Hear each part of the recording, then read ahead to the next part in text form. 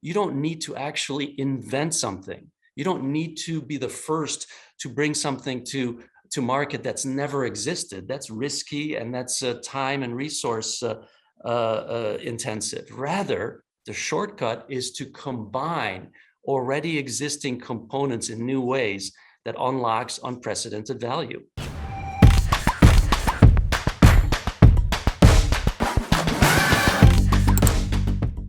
Welcome to the Mind Valley podcast. Today, we're going to be talking about 3 principles to bring radical creativity into your business.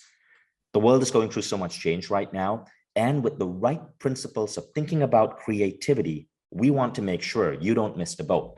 Creative marketing campaigns, creative new product ideas, creative new ways to attract talent. Creativity is an edge that every startup founder, every entrepreneur can use to really make their business grow and stand out. And so today, I wanted to bring you the author of the 2011 book, Slingshots, the founder of the Slingshot Framework, Gabor George Burt. You can learn more about him on Gabor, G-A-B-O-R, George, G-E-O-R-G-E, Burt.com. And his work is all about harnessing creativity. In a recent IBM survey of 1,500 CEOs, it was found that creativity is considered the single most important leadership trait for future success. And this is why I'm so excited about our guest today. Gabor, welcome to the Mind Valley podcast. Vishen, thank you for having me. My pleasure. So, Gabor, firstly, the name, Gabor. I love that name. What's the origins of that name? Well, I was born in Budapest, Hungary. In fact, that's where I am happen to be right now. And at an early age, not unlike you, I was then transported to the US. That kind of cross-cultural experience has been very a big influence on everything that I do and the way that I see the world. And I also had a chance to go back in the 1990s and take part in the transformation of this entire region, which to me was one of the most amazing periods in history, when an entire region transformed politically, socially, culturally, economically, and mostly peacefully. And so this idea of creative transformation that I bring to the business world and everything that I do is something that's very fundamental to the way that I see the world and the experiences that have shaped me. How did you get started in creativity?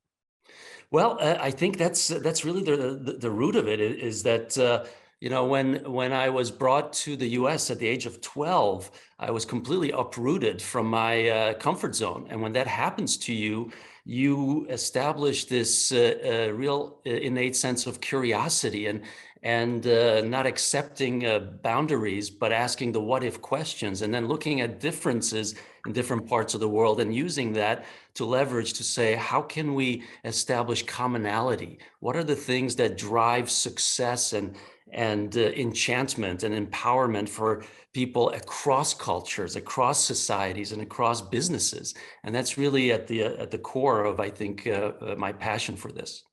So let's get started with the first question. And I'm so excited about this conversation because one of the things you also do is you teach businesses to bring humor into their marketing campaigns. And I'm such a big fan of that. We've been experimenting with humor, and it's just been some of the most fun work I've had. So you stated in an article once, customers by nature are insatiable and continuously yearn for things they don't yet possess. Their satisfaction frontier is always beyond their grasp. Let's talk about this. How do business owners face this challenge of keeping consumers excited about the next best thing? Right, and that's a great place to start, because I am also, beside business, my background is in psychology. So I was always interested by what truly motivates people, right? And everything is about relationships, and the relationships in business are just as similar to in our personal lives. And so I wanted to get at the very heart of that. What is it that makes people really attracted by a business offering, by a brand, by an experience? And I think it has to do with the fact that what we are yearning for is a collection of experiences. We want to always experience things that we haven't in the past. And And if we inject that with meaning, and we inject that with elements that excite us, then we can sustain an ongoing relationship. And so I hit on this concept of not just delighting your target audience, but to use this very special word, infatuate your target audience, because it captures the essence that a relationship has to be very strong emotionally, but also understand that it is transient. It is short-lived, because by definition, if I like what you have for me, very soon I will accept that as the new normal, as the new status quo, and I will consider that the new standard. And so for our relationship to last, I need to be continuously refreshed in terms of my connection with you. It's a really fascinating cycle, and something that has tremendous value and potential for business as well as for other spheres of society. Amazing. So we were going to talk about the idea of radical creativity, and you were going to be sharing with us 3 principles that we can take into our business in whether we are a coach, whether we are a startup founder, an entrepreneur, whether we're working for a corporation that we care about. Let's start with, so tell us about these principles, and let's go straight into the topic. Yeah, let's do that. And let me put that in context just for those who are joining us. I am fortunate enough to have been one of the core original members behind the concept of blue ocean strategy, which many of you, I think, are aware of or have tried to implement. And Slingshot is really a continuation, or based on my work with blue ocean strategy. Blue ocean was all about creating your own market space. It's a beautiful image and of course, aspirational goal. And what Slingshot does is that it gives the practical guide to achieving that, so that you can sustain and continuously create new market space. And that's where that statistic that you shared at the beginning, Vishen, about the IBM study, that creativity is seen as the most important leadership quality. Another study that interviewed 100,000 employees working in all kinds of different companies showed that 98% consider creativity to be vital to their work, yet 2% think that their workplace actually encourages and nurtures creativity. So there's this great disconnect. So what I see as my role is to fill that gap. So my Slingshot framework, instead of complicating, wants to simplify. Gabor, just before you go into the Slingshot framework, could you, for the people here who might be unfamiliar with the term blue ocean strategy, could you explain really quickly what that is?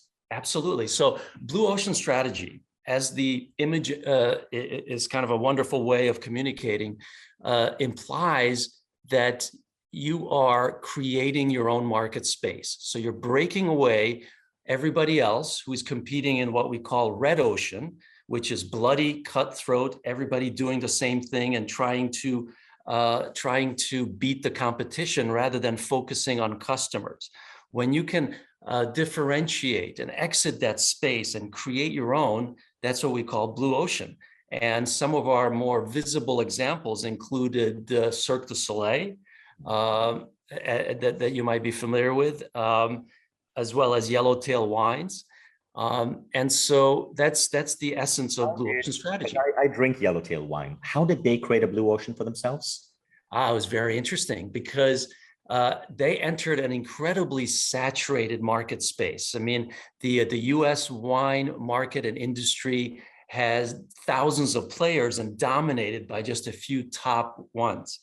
And so getting into that seemed suicidal. But what they did was to really reframe the question, again, use a perspective that nobody else bothered to take on. Everybody else was just, again, in the red ocean. And that is simply to walk down an aisle in a grocery store and watch customers interact with the wine offering. And they noticed that most people would just walk by, and they asked why. And the answer was that they found the selection of wine way too complicated. So they wanted to create a wine for non-wine drinkers, and therefore they opened up the market to this vast, untapped audience that wine was never produced for. And within 2 years, they became the fastest selling wine in the history of the US wine industry. So that's amazing. So what I found in my journey in being one of the top blue oceanographers for over 10 years is that everybody around the world, of course, loved this idea and wanted to create their blue oceans, but very few could. And the reason was that everybody thought that blue ocean is about doing something completely new, leaving your comfort zone. And that was very scary to people, right? So here comes the Slingshot Framework, and it does two things. One is to alleviate this seeming trade-off and to say, don't just think of blue oceans and red oceans, but think of a continuum of blue waters. First, think about blue lakes, which is continuously refreshing and optimizing what you're already doing. Start there. Then go to blue sea, which is expanding what you're doing, right? And then go to blue ocean, which is creating something new. And by doing this tiered approach, all of a sudden, you have a very practical way of pursuing innovation and reimagining your business from incremental to exponential.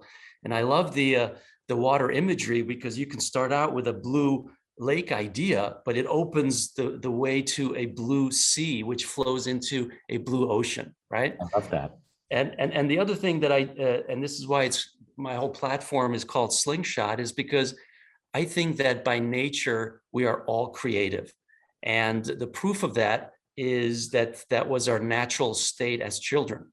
And when asked, Thomas Edison, perhaps the greatest inventor of all time, what he thought was the greatest innovation of all, without hesitation, he said, the mind of a child, right? Because that's where it all starts. And if you think about it, everything that surrounds us, everything that's man-made, was born in someone's imagination, right? And then brought to life. And so what I wanted to do is give people and organizations a very easily grasped and implementable way to systematically apply creativity. And it's based on these 3 principles that you asked me about. And one of the things that really pleased me in preparation for our podcast is that I see these 3 principles really strongly reflected in what you do and the way that Mind Valley I'm curious. was built. So let's start with the first one, and that's what I call the innovation shortcut. The innovation shortcut is this idea that in order to innovate and reimagine and transform, you don't need to actually invent something. You don't need to be the first to bring something to market that's never existed. That's risky, and that's time and resource intensive. Rather, the shortcut is to combine already existing components in new ways that unlocks unprecedented value. And so to me, your most recent book, The Buddha and the Badass, is a perfect example of that. On the surface, how do you reconcile these two seemingly complete opposites? Something that represents calmness and serenity and wisdom with disruption and being a future shaper. But it's that combination of already existing personality types is the magic. So that's the first main concept. And especially in the wake of COVID, it's a really powerful one, because companies naturally are short on resources. But it's about your ability to engage creative thinking to combine already existing resources in new ways that will set you apart. So that's the first one. The second one is this idea of... Could we go deeper in the first one? Sure. Let's look at an example over here. Okay, so I want everyone who's live with us, and for those of you who are on the podcast, this is being recorded in front of a live audience of entrepreneurs. I want you all very quickly in the chat to type out your job title. And Gabor, I want to ask you to explain how to apply this to the job title that we see most commonly appearing in the chat. Okay, so I'm noticing a trend over here. There's a lot of people over here who are in health, healing, life coaching. Let's pick that as an example, okay? So again, what you're going to hear, it doesn't mean that it's not going to apply to you if you are, say, a startup CEO. We're simply going to use life coach as an example. So you're a life coach. There are thousands of life coaches out there. how do you make yourself stand out by the application of the first principle? Well, and again, just by the nature of the type of profession you picked, I think it's a great example of the innovation shortcut. A life coach, right? I mean, coach was traditionally from the sporting arena, but it was brought to business and to leadership, and now more generally expanded just to personal empowerment. So it's already at the intersection, or brings together several former disciplines. But one of the interesting things that I would explore as a life coach currently is, of course, the disruption to lifestyles and work styles. And how do you now bring your expertise to your audience in a way that is most comfortable and most accessible to them, so that it fits their new lifestyle and work style. So one example is that I have and this is a little bit outside of your zone, but you'll see the parallels. I have a friend of mine who is a licensed psychiatrist in Arizona and in California, but he has a Hungarian wife. So he lives here, and now he's conducting all his sessions with his patients virtually. So he's not in California or Arizona, but practicing there, and therefore achieving the kind of work-life balance that he wants, and also the type of career path that he wants to be on. So those are, again, any of the professions you mentioned, this applies to. I see. So repeat the first principle for us again, so it sinks in. The innovation shortcut is about finding new combinations of already existing components that unlock exceptional customer value. You know, in our business, we did the innovation shortcut in the middle of the pandemic. What happened was that we had to cancel all our live events. Yeah. But we knew that there was still a desire for people to connect in a live environment. And at the same time, we had a podcast. The podcast was still running strong. And we thought, well, rather than do private interviews with our guest, let's make every interview a live event. Yes. Which is why there's a live audience. Since the middle of the pandemic, there's a live audience at all our podcast recordings. And so the people who want to connect, they come, people who are members, they come, they show up for a podcast. It makes a podcast so much more interesting because the trainer, the teacher, the guest has a live audience there. We get interesting questions from the audience. We get to interact with the audience as we're doing right now. And we get to serve our community in a new way. To me, as based on the example you just gave, the way that Mind Valley has intrinsically been built, and the way that you're shaping it really captures the key Slingshot principles. Absolutely, yeah. And what you said about the pandemic and being able to be remote, that's opening up so many ways to use this principle. You gave the example of life coach, but I can tell you I'm running my business in a new way right now by doing everything virtual. I hardly show up in an office anymore, and I love it. So let's go on to principle number 2. Principle number 2 is this idea of continuously stretching the definition as well as the starting and ending point of the experience that you deliver to your target audience, right? So you never stop and say, this is all I do for them, but ask, what else can I do for them? And again, when I look at Mind Valley, to me, one of the ways that I would interpret your journey is to say that you started with a thirst for knowledge, or with this desire to capture and share knowledge as widely as possible. And now what you're talking about is to be the driver of global unity, right? You're taking it to a whole new level of meaning. And to me, that's incredibly powerful, because there's so much more depth to that. There's so much more impact, and of course, business opportunities. So to put that in perspective, I talked to, the businesses that I work with. I recently worked with a tire manufacturer company in Turkey. They define their business as, we reinforce life, right? We don't make tires, we reinforce life. Or Nintendo, they define their business as making people smile, right? And so that's the idea, is how can you systematically push the definition of what you do, what value you generate for your target audience, to its broadest possible limits, and then to see how you can activate and elevate what you do to that space. I love that. I love that. So let's look at an example. I'm going to ask for a volunteer because I want to make this really sink in. So can we have a volunteer? And I'm going to bring you live, and let's have a conversation about your business along the lines of this second principle. So is there a specific type of business, Gabor, that you would like to talk about? Not at all. In fact, I like the challenge that you're putting me through. Yeah. I work with businesses through the whole gamut. So Sunil, I see you're a CEO. Sunil, would you like to come live? Sunil is coming on stage right now. Great. And Sunil, we'd love for you to tell us what your business does. We want to keep it really quick. So I'm going to set a timer for 3 minutes. Okay. 3 minutes overall. Tell us what your business does, and let's see if Gabor and you communicating together can work out how to apply the second principle. Ready to go, Sunil? Yes. Perfect.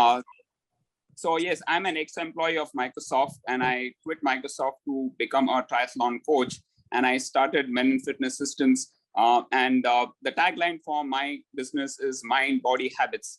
And one of the things that I work is, apart from just coaching for sports like swimming, cycling, running, I also work a lot with the mental aspect of it, mental health, and that's what brought me to Mind Valley first. And and Mind Valley has given me an incredible knowledge of how to work with my clients on the mental state and other aspects of it. So my question to Gabor would be is, how do I take my business to the next level where, I've heard, Robin Sharma say to earn millions is to serve millions, So right now, I just have around 100 participants or 100 people who I'm training. But how do I reach 100 million people whom I can, expand my business and grow? Okay. Very good. Thank you for sharing that. So the way I would approach answering that is, and I give this exercise to the leadership teams that I work with, is draw a picture of the first thing that comes to mind when I ask you, what brings you joy? What makes you happy? What puts a smile on your face? And now imagine the answer of your target audience to that very question, right? And whatever that is, it could be family, could be sunshine, it could be, golfing. How do you incorporate that into your offering, right? That's your mission, because what you want is to be at top of their mind and in their hearts when they think of their favorite things to do, their favorite things to experience, right? That's really your challenge. Those are your most important competitors, whatever occupies their attention and their affection, right? And so one of the ways I would start that journey is to rephrase your business, right? I mentioned broadening your definition, and what you're already doing is wonderful because you're combining things in a very interesting way. But how about if you redefine your business as unlocking human potential and empowering lives full of meaning and balance, or full of meaning and health, right? You see the difference. The power of that, it becomes immersive. It becomes so that it's almost irresistible, right? And so you have then the ability to really activate and connect with people on a very deep level. Now, how you get to 100 million? Well, that's about implementation and and getting your message out. But the core of that is this direction that I just mentioned. Does that make sense? A lot of sense. Yeah. Thank you, Gabor. No problem. Thank you, Sunil, for participating. It's fun to have. It's like I said, it's really fun to have live audience with us. Thank Absolutely. you. So Gabor, let's go on to principle number 3. All right. Best for last. This is the most important one, and this taps into what we started talking about. Because the last principle is to identify and then transform, and that's the key word, your customers or your target audience's key pain points into points of delight and infatuation, right? That's the core engine for you to establish, grow, and sustain relevance, all right? And let me explain why this is so critical. At the heart of what I do is this wonderful quote by a former Army psychologist, Dave Grossman, who said, "The human equation is to multiply joy and divide pain. Joy shared is joy multiplied, pain shared is pain divided." It's a beautiful statement. And I think it's hugely relevant to any organization, any person or business, because what I challenge every company that I work with to think of themselves as being in the business of multiplying joy and dividing pain, right? 4 words. And if you can do that, then you have your target audience's attention, because that's what they want. They ultimately want to maximize their joy and alleviate as much pain as possible.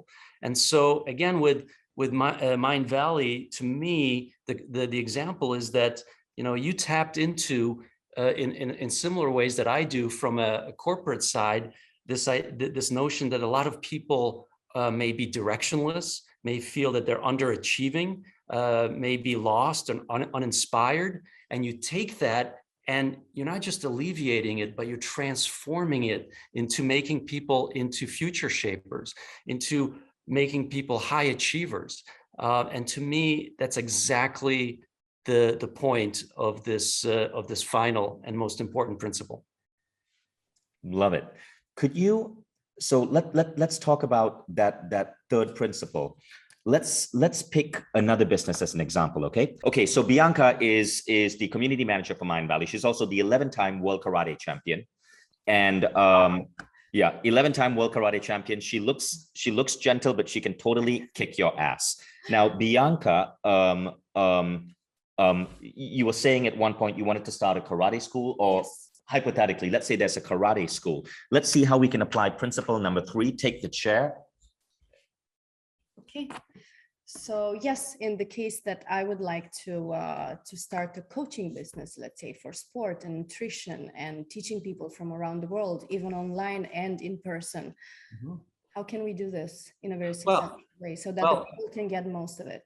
Well, tell me, what do you think is the biggest pain point, the biggest point of frustration of your target audience? So either those that you're already providing classes or services for, or the ones that you're targeting who are not yet working with you. What's holding them back, or what bothers them the most in terms of their current life or work?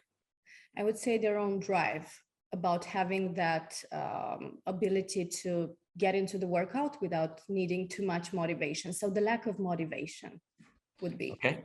So the lack of motivation. All right. So now that you identify that, the question would be, how do you transform that into a point of delight? So how do you take someone who's demotivated and make this the highlight of their day?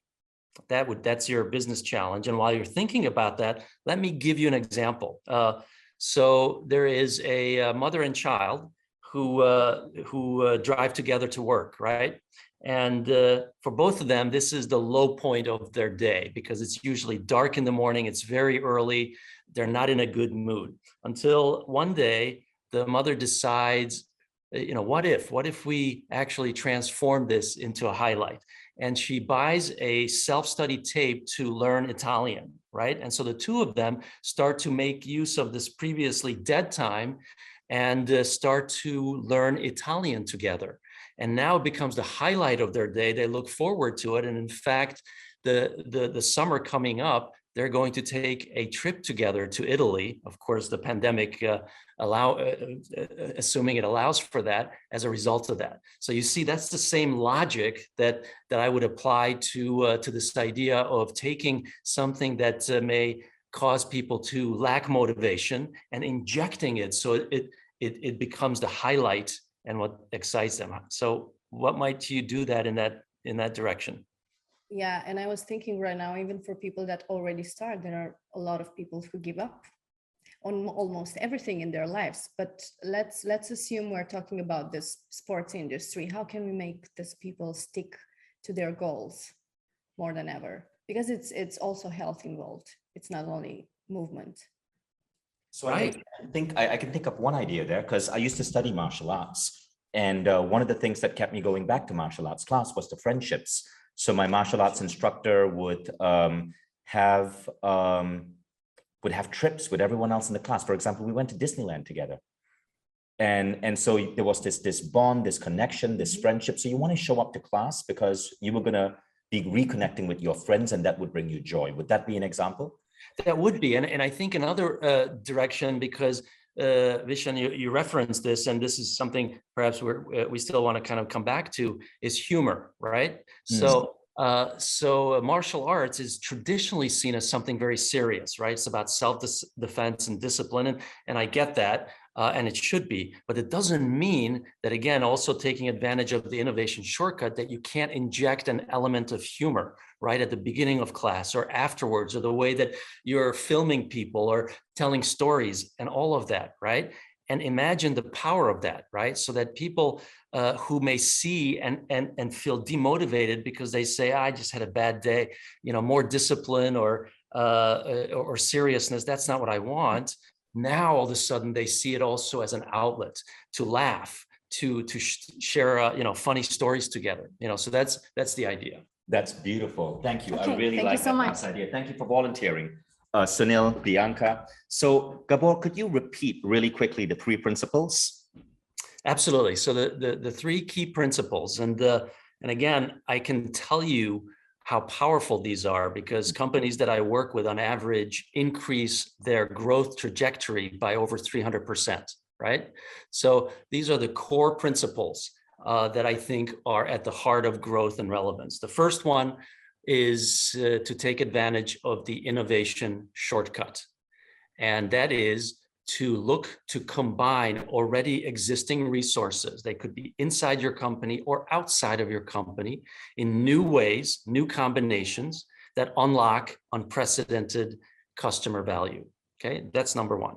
Number 2 is to continuously stretch the definition of what value you provide for your target audience, as well as the experience that they have with you. Where does it start? Where does it end?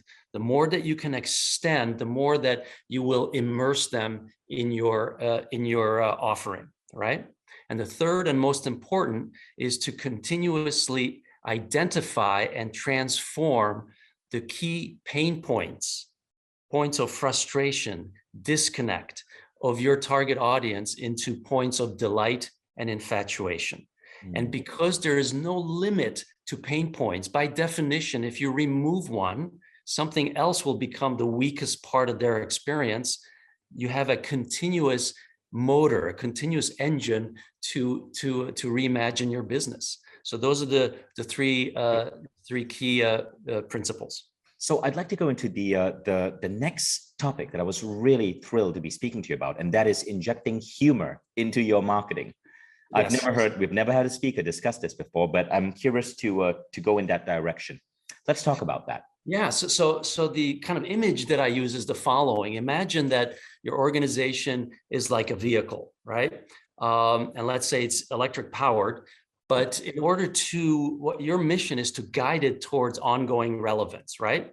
So in order to do that, you need something to propel it, and that engine. So the guidance system, that's strategy, smart strategy. The propulsion system, the electric engine, is innovation, right? You need to innovate in order to get you there. Your engine needs something to make it go. And to me, that's creativity, right? So creativity is the fuel that allows your motor or your engine to move forward and for you to guide it towards ongoing relevance. And one of the principal manifestations of creativity is humor. Okay, so humor is this incredible ability for us to create bonds, for us to tell stories, for us to continuously inspire creative thinking. So that Albert Camus, the famous French author, said that the absurd is the essential truth, right? And so what humor allows us to do is to explore and to probe the absurd.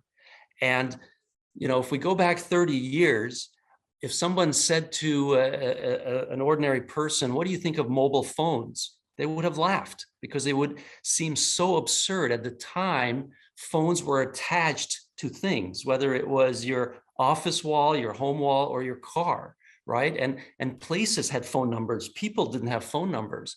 So that was such an absurd and even comical concept that's where it all starts. So the role of humor that can be injected into organizations is really an exciting new frontier that I am personally a big proponent of. I love that. I love that. Is there a framework? Have you looked at any frameworks or methodologies to get the human muscle kicking? Yes, and in fact, what I have done is to co-curate a whole new platform with an academic colleague and one from the marketing world that we're calling Stand-Up Strategist. And before the pandemic, we have created what we call the Stand-Up Strategist top 23 rankings and looked at, and this is fascinating because more and more companies were partaking in April Fool's campaigns, right? On April 1st around the world, simply to express their sense of humor. And these were wonderfully creative and funny campaigns. And so we started ranking them from such dimensions as opportunistic absurdity, right? Does this silly campaign contain the seed of something that could actually be a huge new business direction? Right. And so what we're doing through that is developing that framework, and even leading universities, Stanford, Harvard, and others are actually offering courses on humor and leadership. And so yeah, there is definitely, this is becoming a discipline, if you like, of smart leadership. I love that. Love that. And humor and playfulness, so important. I was just interviewing Sadhguru yesterday, the famous Indian sage, and he was saying that key element of being human and really blissful is to bring playfulness and humor in everything you do. And I was just thinking about that. Most of us fail to do that when it comes to the workplace. Oh, absolutely. And regarding, just the way that I practice what I preach, when I wrote my book Slingshot, it's all illustrated by children. It has original music. So each chapter has its own song. So you can immerse yourself as you're reading. And it's only privately available. So I wanted to make it as a resource for organizations and audiences that I work with. And by doing so, again, I am using the 3 principles in action. And so yeah, to me, this idea of injecting playfulness into everything that I do, I think it's is really important, and also so much fun and empowering. Thank you, Gabor. This was a really beautiful conversation. Thank you so much for joining us. And now for all of you who are listening, here's where you can find out more. Go to gaborgeorgeburt.com, Gabor George Burt, Burt.com. And the book is called Slingshot, Reimagine Your Business, Reimagine Your Life. Gabor, thank you so much for joining us today. Thank you, Vishen. And this was great. And for those of you who tuned in, you can go to my website, click on the link to get the book. And if you type in special as the coupon code, all large uppercase, then that will get you 30 or 40% off the price. So please do that. Awesome. Thank you, Gabor. Thank you all for joining us. We will see you on the next Mind Valley podcast.